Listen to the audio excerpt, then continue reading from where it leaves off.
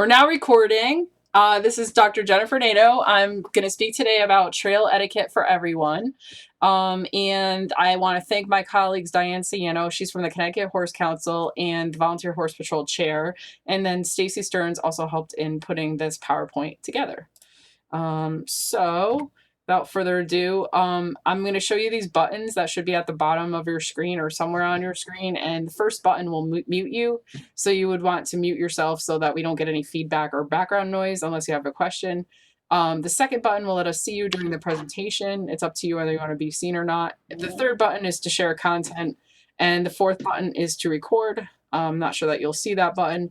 The fifth button is to open or close participants to see who's participating. That would be this one. And the ... button is, this one opens a chat.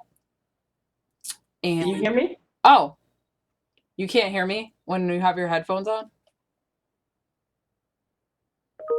I don't think I'm muted.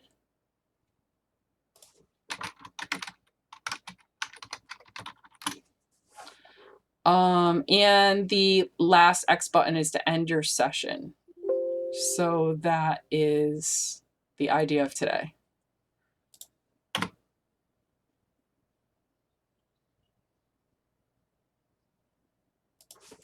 Can you hear now, Mickey?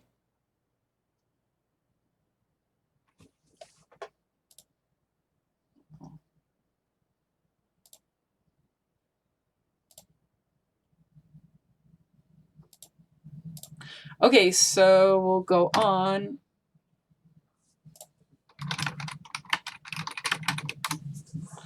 Okay, and then if you send chat messages, please send chats to everyone so that you can, I can try to respond to your question. And if you, you can also unmute and ask a question. Thanks for coming. Can you hear now?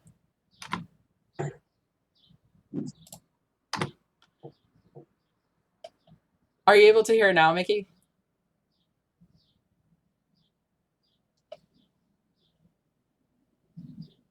Should be unmuted.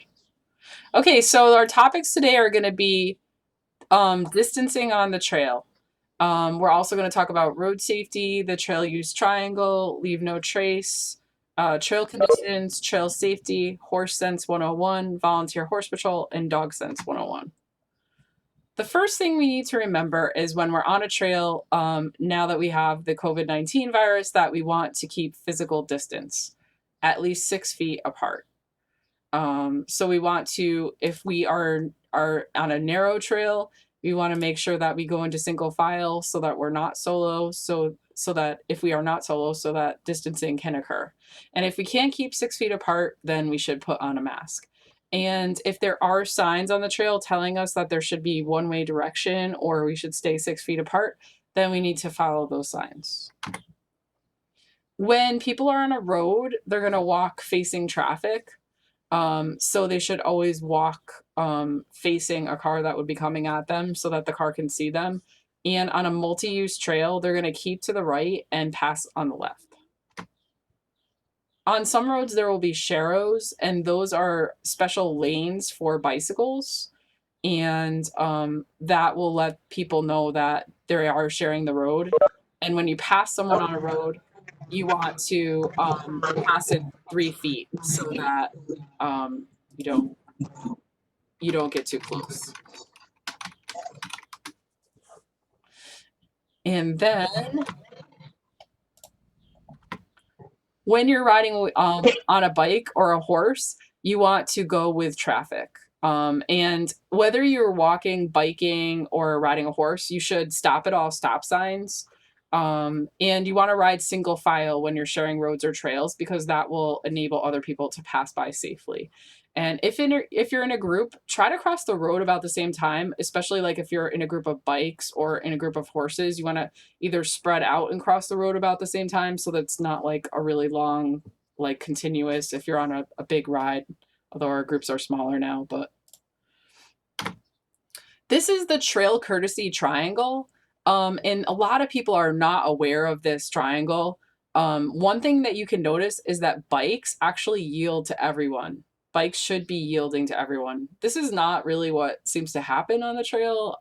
Most of the time, everyone yields to bikes, but in reality, bikes should be yielding to the others. People walking do have to yield to horses. If a horse comes, you are supposed to move aside, just because it is an animal. That is one of the trail courtesy things. And then also, if you're walking, a bike should yield to you, really. They should not run over you, or they should give you space, let you know, maybe ring their bell, something. But really, they're the one who should yield. Horses don't really yield to anyone. I think it's just because they're a creature, so like they're unpredictable in nature. So that's the reason that, we all yield to them, because they're large animals and no one wants to get hurt. So not that they're unsafe. It's just better that way, I guess. I don't know. I don't really know why, like how it came about, but the next thing I wanted to talk a little bit about were the leave no trace principles. They're just basic things to help you when you go out in the woods. So the first thing is to plan ahead and prepare. So figure out where you're going. A lot of people use their phone now. So if you are going to use your phone for navigation, you want to make sure it's fully charged, or you brought an extra battery along perhaps, or something to charge it quick in case your battery dies, because you don't want to be lost somewhere without any more phone charge, because that would not be good. The next is to travel on durable surfaces. So like if it's really wet and you step in the dirt, like you're going to make a rut, or you're going to make like a print. But if there's a chance to step on a rock instead, then the rock would be more durable. You see what I'm saying? So they really want you to try to stay on durable surfaces. Although one thing that is kind of not that people like to do, but in general, if there's mud across the trail, we should really be walking right through that mud. So we should be wearing footwear that allows us to walk through the trail instead of making the trail wider and wider and wider as we see things. And the next thing we want to do is dispose of waste properly. And some people, like maybe you have to go to the bathroom in the woods or something. Well, you want to bring like a little baggie or something with you, like maybe like a little Ziploc or like a trash bag to put that in, your toilet paper in afterward. You don't want to just like leave your toilet paper in the woods. You want to pick it up and put it into the bag. And if you're like having a snack, even people think like, a banana peel or like an orange peel is like not going to do any harm, but it takes those a really long time to biodegrade. So we really want to just like bring something with us so that we can carry that out. And then the other thing is we want to leave what we find. So if we find a beautiful flower, instead of like picking it to take it home because it's really pretty, we should take a picture of it so that we could remember it. And then later we could like look it up. But and if we find like a really cool, arrowhead, actually we should leave it there so that other people could see it. We shouldn't take it home, or a cool rock. We should just like look at it and say, oh, that's really nice, I'm going to take a picture of that, but we really shouldn't take it. So that's just so that other people can enjoy it as well.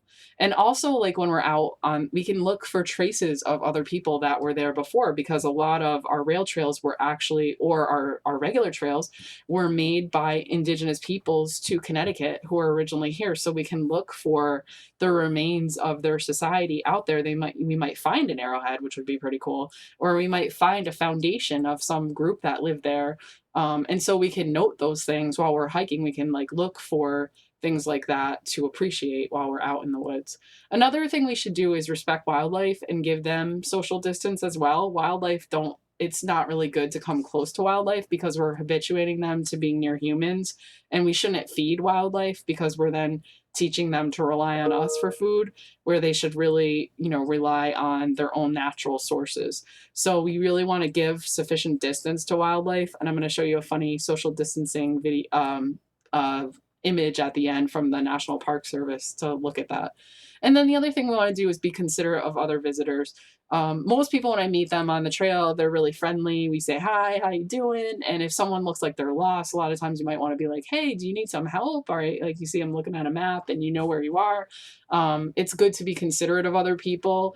And during this time of being physically distant, we want to make sure we do keep our physical distance and don't get too close, but still are friendly and like willing to offer help to people that might need it. So The next thing is that if the trails are really wet, that could lead to mud and ruts. So honestly, we should be more careful during a time of wet trails, and maybe we just don't go hiking if we know that trail is wet, or we pick a surface that we know is going to be able to handle us when it's wet out, like a paved surface rather than something else. Like hoofs, for example, can leave a really deep impression in the mud. So can bikes. This is a bike rut here, and even our own footprints. So we want to consider that when we're going out, and we don't want to make a lot of ruts in the trail, because those ruts take a really long time to go away. A lot of times they're permanent. So we're making like a permanent impression in the trail. So we should really think about that and not cause problems like that. Another thing is that during the fall and late summer, bees will start to nest in the ground. So you do want to be aware, if you're, especially if you're hiking in the woods instead of on a like a rail trail, that sometimes bees, or even like on a bridge in a rail trail, just be alert and aware. And if you see like a bee buzzing around, be cautious, because some of them nest in the ground, and if you step on a rock or something and disturb the bees, they will come out and sting you or sting your horse or sting the group of people that are with you. In this case, it's usually best to be the first person, because the second person is usually the one that gets stung. But I don't really think you should sacrifice your friends. So just be aware of bees and be looking out for them having ground nests in that time of year. Another thing you want to do is keep your dog on a leash, even if your dog is pretty obedient. There are things that can really get dogs excited, and like they might run under like a horse's hoof, for example. If they do that, a horse might kick your dog in the head, and there's really not much a person on the horse can do to stop the horse from kicking the dog if it's right under their feet. Like you can try, but there's really not a lot of control over how they move their feet if a dog is like running up to them and they think it's a threat. So you really want to keep your dog on a leash. Also, some people might be allergic to dogs, or some people walking don't like dogs, or the dog could get people muddy. So it's just best for everyone concerned. Most trails require dogs to be on a leash. And unless it says that dogs can be off leash, you really should just always do that, because you want to respect the property that you're using and make sure that you follow the guidelines so that you don't ruin it for everyone. You can teach a horse or a dog to go to the bathroom off to the side of a trail.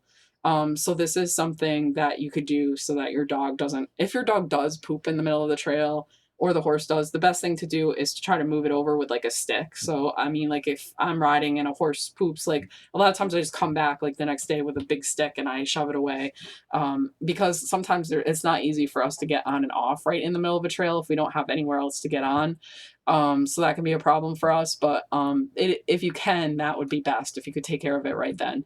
And then with dog poop, like you could just get a stick and like brush your dog's poop off to the side. It's really not that big a deal. There's always a long stick out there somewhere. The next thing is dog feces can contain toxoplasmosis, and so can other pets like cats, but you would have to drink or ingest the dog feces. And if you touch the soil and didn't wash your hands, that would be like another way that you could accidentally like ingest this stuff. But like, since we're always washing our hands now, which is like a good thing, because we should have really been doing this all along for reasons like this, because we don't want to get toxoplasmosis. So if you do touch the soil, you always want to wash your hands, because you don't want to have something like that happen.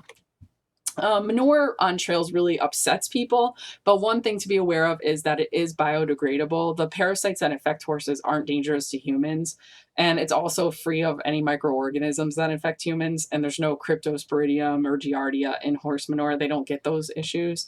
Up to 80% of it is water, so it just evaporates or leaches into the ground. And if you think about it, the rest is just undigested plant parts, because they're herbivores. They don't eat meat or anything like that. So the EPA actually excludes manure from solid waste regulations because it has no hazardous chemicals and no hazardous characteristics. So there's nothing hazardous about it. So if you do have to walk by manure, maybe it smells a little bad, but just think about the fact that it's just undigested vegetables. So don't really freak out about it. Then the next thing is really want to make sure that bridges are safe before you cross over them. For people, it's not really as big a concern usually, but I mean, of course it is if it's looking rickety. If it looks rickety, don't go over it. But like for horses or bikes, like before you ride your horse, not every bridge is made for horses. So we want to make sure that the bridge that we're going over, we have to use some judgment, right? That the bridge is really going to be safe for a horse. The one we see in the picture is obviously going to be fine for a horse. But if we see like a narrow little tiny bridge, that might not be. So you really have to like make sure. I mean, it's a 1,000-pound animal, so you don't want to just ride over any little thing. And if you were ATVing or something like that, you know, here again, you would have to use judgment, or snowmobiling, because you could get your snowmobile or your ATV stuck or fall off of the bridge. So you want to make sure. Another thing you want to make sure of is like if you're biking or riding and you want to go faster, you should have a clear line of sight ahead of you so that you can see that there is no one ahead of you, so that you don't just like come up on someone really fast. That can really terrify people. It sounds like the cavalry's coming at them. And I mean, like, no one wants to be run down by a horse and no one wants to be run down by a bike. So you should have a good sight line before you go faster. You should make sure that it's clear. And if there are people, you're going to just have to calm down and go slow. So the next thing is some people worry about safety on the trail. So if you are worried about safety and you're going alone, you want to try to pick a place that has maybe some lighting. So maybe you want to go to like a town park or something where there's good lighting, or definitely bring a friend or something like that. Another thing is to bring a phone so that you could dial 911 if you needed to. Some people like to carry things like mace. I mean, I can't give a recommendation either way for that. I know some people carry some like citronella spray for dogs or some other sprays to keep them away. And in other parts of the country, they carry bear spray. So these are just things to think about when you're going. But for the most part, you probably won't need those things. And you do want to think about the fact that if you are going to discharge that, you have to be able to get away from there pretty quick, because whoever you discharge that onto, if it doesn't totally like destroy them for a minute or two, you're going to be in trouble, more trouble maybe than when you started. So I'm not sure that that's always like a good recommendation, but I did think I'd bring it up as a possibility. Next thing is like, just so you have some understanding about meeting horses on the trail, is that even though they're really large and you might think of them as like a predator, they're a prey animal, so they will choose to run away. So they have a choice of fight or flight, and they're only going to fight if they're caught in a place where they can't get away. So they would rather just run away. They're also like us. They're social or herd animals. They like to be with other horses. That's their preference.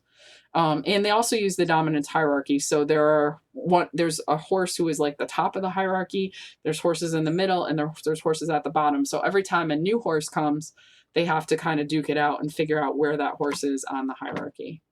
And then if we look at body language, if we look at this top picture on the left, that's just a bright, alert, responsive horse. And that horse is kind of curious about what's in front of it, but it's not really exhibiting any kind of negative behavior. This one has its ears going, one is going one way, one's going the other. That means that it's listening. So it's just listening to what's behind it. And you might see a horse do that when you come up on it, because it's kind of trying to figure out, what does this rider want? What do you want? What's going on? This horse is asleep, so if you do come on a horse who's like tied up somewhere and asleep, you want to make sure you don't startle the horse. You have to talk to it because it is a prey animal. So like if you startled it, it might think you were like a wildcat or something, and it might try to kick you. So you want to like let it know, hey, I'm here, so that it doesn't like get startled and accidentally kick. Even when we're startled, we could be like, oh my God, you know. So it's the same thing with a horse. And then this horse, when the ears are pinned flat back against the head, that is a bad sign. That means that the horse is angry. So if you see a horse acting like that, you want to keep your distance away from that horse, because that is not a good sign at all. And then this horse, because you see the tension in the neck and how we see the whites of the eyes, this horse is really nervous about something. So if you're out on the trail and you see a horse like that, again, you just want to give it some space, because that horse could panic and try to run away from its rider. It's looking really nervous here. Okay. And then horses have both monocular and binocular vision. So they can see pretty good out of each eye on either side, but they do have a blind spot directly in front of them and directly behind them. So we never want to stand directly in front of or behind them. And they also have kind of marginal sight behind them there. So this shows their field. Like, this is how much they can see. They have a pretty good, field of vision, really. Nearly 360 degrees. So it's pretty good. And then they also see poorly, so they kind of focus by lowering and raising their head.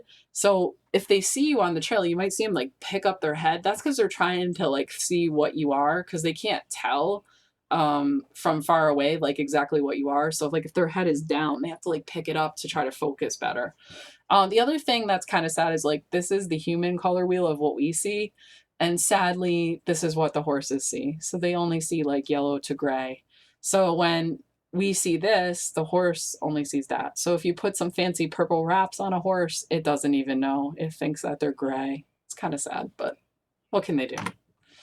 And then horses have very good night vision. So you actually could ride a horse on a trail at night, but you should only ride at a walk if you're going to ride at night, because it's going to be harder for you to see. You're not going to see things coming up, or walkers or people that might not have a light on. So you do want to be very cautious if you go out on a night ride. Some people like to go on a moonlight ride because there's like some light overhead for you. So that can be helpful, but horses do have really good night vision. The other thing that they don't have very good of is depth perception. So they really can't tell when they're jumping this, they can't tell how deep that is at all. And that's why horses sometimes hesitate when they're going over water, because they don't really know how deep that water is. So you'll sometimes see them like paw at it with their hoof or want to sniff it. That's because they're trying to figure out, they can't figure out how deep that is. They don't know. Another thing that is funny about horses is they have very poor what we call categorical perception. So like if there is a hose laying around and you see the hose, the horse sees the hose and it's straight out, it's like, oh, that's a hose, it knows a hose. But then if the hose is coiled up, the horse doesn't know that that's still a hose. Whenever it changes, they can't just look at it and be like, oh, that's a hose. It's as the hose changes position, it confuses the horse and it doesn't know what it is. That's why, like, if you ride by someplace over and over, but the next time you ride by it, there's something new there, like a chair or someone with an umbrella, the horse is like, what? Because they can't do this categorical perception that we're able to do, which is good because it means horses are unbiased about anything in the world because they don't have categorical perception. So they don't randomly group people together, which is really nice. But it can also be difficult for us because they don't do that. So the human has a broad range of hearing, but not that broad, 20 to 25 kilohertz. Horses hear more than us. And I remember when I was a little kid, I used to get thrown off my horse all the time because it would hear stuff that I couldn't hear. And I worked at a barn. I rode lots of different horses because I didn't really have my own horse. And I said, I want my hearing to be better than the horses so that I know when the horse gets startled, I can hear it first. So I tried not to listen to any loud music or anything. So I actually do have a pretty good range of hearing because I wanted to beat the horse so that I could hear as well as they could. But you can see I couldn't really make it. But so they hear really well. They can detect a sound. They can determine its location with their ear. And then also, as horses age, they become better at recognizing the identity of the sound. The younger they are, the worse they are at figuring that out because they might not have been exposed to so many things. But like an older, experienced trail horse would be like, oh, that's a bird in the bush, but a new one might not know that. So you do have to be aware of those things. And so when we're going to walk by a horse on the trail, we really want to let the horse and rider know that we're coming. We don't want to like startle them because like we said, they're prey animals. So that's going to scare them and make them want to run away. And then we want to make sure we give the horse space. We don't get too close because we don't know what kind of horse it is, whether it's a young horse, an old horse, if it's a mean horse, if it's a nice horse. So we just want to give it some space so that we can safely pass and not have any issues. But you don't want to hide in a bush. Some people, like when they see a horse coming, they're like, oh, I'll go hide in this bush. But that would scare the horse even more because if you think about a horse wild on the range, if something's hiding in the bush, it might be something that wants to eat the horse. So you do not want to go hide in a bush because that's going to make the horse more upset if it then realizes that you're there. That's going to make a bad thing for the rider. Another thing you shouldn't really do is wave things around when you see a horse. I once was on a ride and the people waved their ski poles up in the air and my horse started rearing up. So you want to keep those things on the ground. Keep your hiking stick or your poles on the ground because the horse might think that you're gonna beat it, so it doesn't know. And then again, keep the dog on a leash because you don't want it running under the hooves because that would be a bad day. And then when we see dogs on the trail, right? Dog behavior, a dog, as opposed to a horse, is a predator by nature. Not all dogs have a strong prey drive. Some dogs are super friendly and they don't really seem like they're chasing prey. But when we see a dog and it barks, in nature, they bark to let people know that there's a new arrival or let each other know, or at first signs of possible danger. So they're like saying, oh, there's a person walking by, they could be dangerous. And that's what they're telling us. And then if the dog jumps up on you, it's actually a way of showing dominance. So we really don't want to let them jump up. I mean, sometimes you get train your dog to jump up to hug you or whatever, but in general, if we meet a dog on the trail and they're jumping up, they're trying to dominate us. So when we look at a dog, we can determine if the dog is aggressive or not. If it becomes very still and rigid, that's an aggressive behavior. If it has a guttural bark that sounds, some of these seem pretty, self-intuitive, I guess, but a guttural bark that sounds threatening would be another sign of aggression, or lunging forward or charging at the person, and then mouthing, the person like putting their mouth over their arm, that would be another thing. And then muzzle punch, when the dog punches a person with their nose, growling, showing their teeth, snarling, which is a combination of growling and showing their teeth, and then snapping at people. Little dogs snap at people a lot. Those are all signs of aggression. So if you're on the trail and you see a dog doing that, you want to give it space. Sometimes they'll just quickly nip you and they won't leave a mark, or they could tear the skin, or they could bite to cause a bruise, or bite that causes a puncture wound. Sometimes they'll just keep biting you, and they can bite and shake you, which would not be fun. So another thing that can make a dog become aggressive is if it's afraid and it has some fear. So if we see the dog have flattened ears, for example, then that is a sign of fear in a dog. If its tail is tucked between its hind legs, then it's afraid. If it's cowering, if it keeps licking its lips, if it's yawning, if the back of the hair on the neck is raised, that's another sign of fear. And then not wanting to make eye contact with you or averting its eyes is another sign of fear. And actually, when they weren't previously itchy but scratching themselves, then that can be a sign of fear too. So if we see that, we want to give them some distance. So again, when we pass the dog, it's kind of like the horse. We want to let the dog and the owner know we're coming if they don't see us, so that we don't startle them. And then we want to, again, give the dog space, not approach too closely. And if you do want to pet someone's dog, you should always ask first, because some dogs are more friendly than other ones. Now with COVID, they say we shouldn't pet other dogs, although it's a very unlikely way of transmitting the disease, but it is something to be aware of. So always ask before you pet the dog, and just make sure you give it enough space. I've had situations with my dogs where people have like just run up right next to my dog. And one time I was hiking and I was walking in Lake George on one of the trails, just on the rail trail. And a guy was running and he ran right next to my dog, and it was a little dog, and it jumped up and it ripped his watch off of his arm. And I was like, oh my goodness. Like, I didn't know my dog was going to do that. It was on a tight leash, but it saw this guy running really close to him, and it just jumped up to defend itself and, ripped his watch right off. Luckily he was a little upset, but he's realized that he shouldn't have been so close. But we should all just be more aware of giving animals space, because most animals appreciate having a little space, kind of like we do, I guess. So. And then we have a group out there who's there to help you. So if you see the people, they wear a red shirt and they have this little patch. We're going to see an example of the red shirt in a minute. And this is the Volunteer Horse Patrol. So in 2003, they partnered, the Connecticut Horse Council, with the Department of Energy and Environmental Protection to ride and serve in state parks and forests, including like the airline trails. So that is something that happened. There were drastic cuts on the state budget that caused layoffs and staff and supervisor reductions. So many state parks and forests had to be closed or have reduced services. And that still kind of continues with Deep today. Like, those parks really haven't reopened. So that is why that the Horse Patrol wanted to help out, and they came into fruition. So they're kind of the eyes and ears for protection of the resources and the visitors, and they're on the lookout for what's going on out on the trail. And this is their brochure here, wearing their shirts, and here they're wearing their shirt with a little vest. And they basically provide a community service to landowners in order to ride their lands. So they do trail patrols and maintenance at no cost. So that we have a little 14-year study that I'm going to show you today. And during that study, they recorded statistics about the activities they encountered, the volunteer patrol and trail maintenance hours, the assistance they gave to other trail users, and that included information, education on trail etiquette, and direction to lost people, and first aid, which actually was a lot.